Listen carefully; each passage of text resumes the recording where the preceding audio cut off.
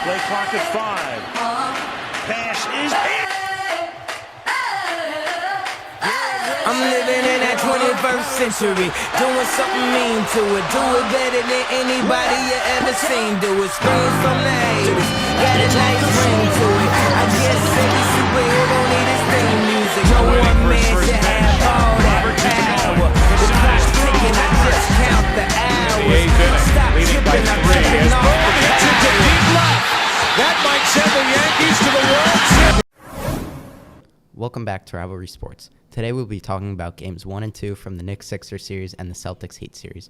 Luke, what stood out to you about the Knicks and Sixers series? Oh, the Knicks took game 1, 111-104. Joel Embiid wasn't himself, really. He was injured, played a little bit. He got hurt, went out for a little bit, back and forth. Brunson did not have a good game.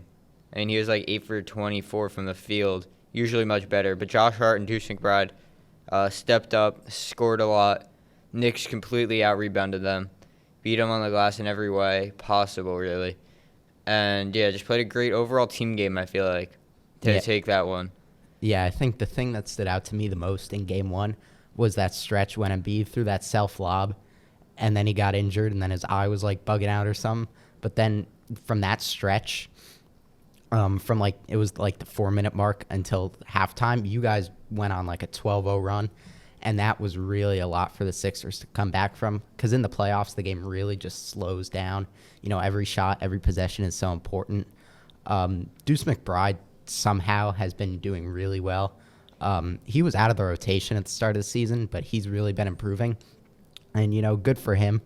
Obviously the rebounding of the Knicks in game 1, always the strength of their team. I feel like they're the most consistently the best offensive rebounder of any real playoff team remaining.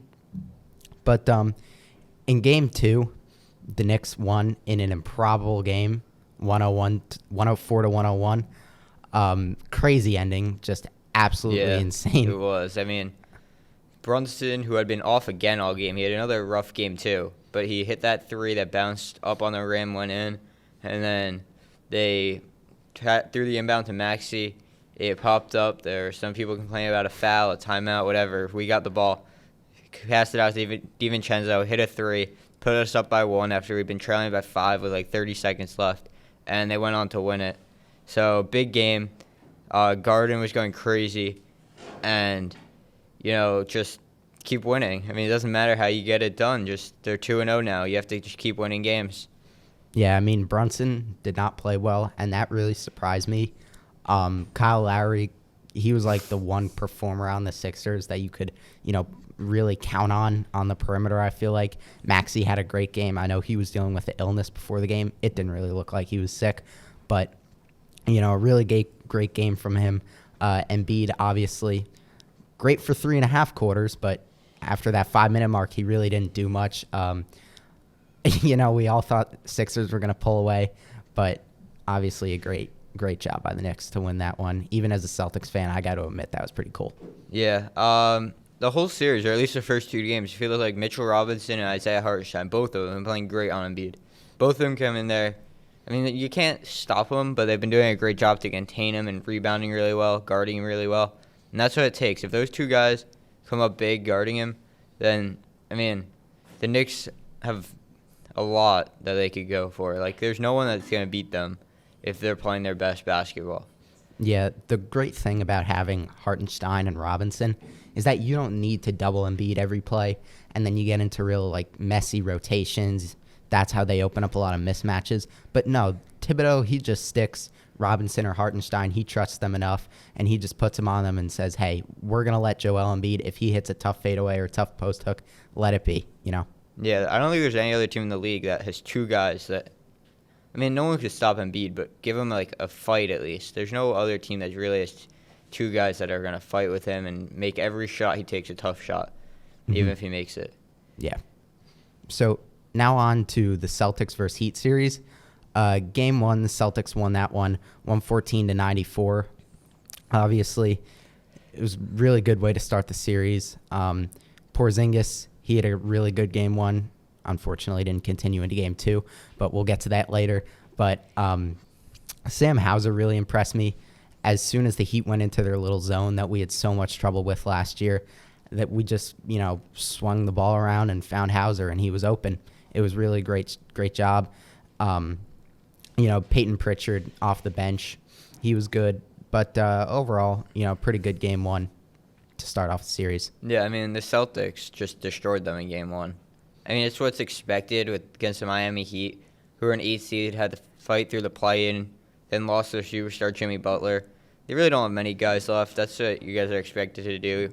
Best team in the NBA, you're supposed to beat them like that. So that's what happened in game one. And now going into game two is a little different. And the Miami Heat actually won 111-101. Porzingis sucked, as he usually does. Soft, can't fight. It was like 1 for 9 from the field. Pretty enjoyable to watch as a Knicks fan. Just it playing terribly, and the Celtics losing. And hopefully Miami keeps winning like this and can knock them out of the playoffs again like they did last year. Yeah, that was just embarrassing. I hated coming into school this morning. It was just not a fun time. I was screaming at the TV 95% of the time.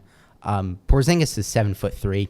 Tyler Hero is 6'4". There is no reason he should not be able to back him down and just get to the paint. I really don't know why he can't back him down.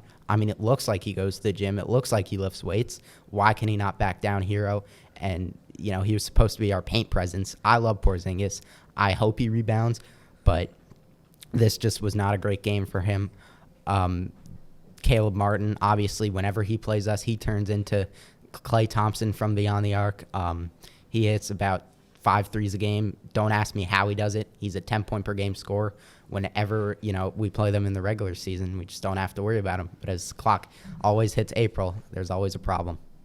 Yeah, so Porzingis, you can't really consider him an inside presence. He's never been, tough and fought. He pretty much just sits outside and chucks up threes. Yeah. His game being a 7'3" guy that shoots threes. Yeah, but we get him mismatches. That's what I don't understand. It's not like he has Bam on him and he has to go to work. It's not like he has Jovic on him who's 6'10" and he has to go to work. He has guards on him, terrible defenders, and he just can't get by him. It's really unacceptable. That makes sense. So tonight, the Knicks will actually play Game 3 in Philadelphia. Hopefully we can get another win.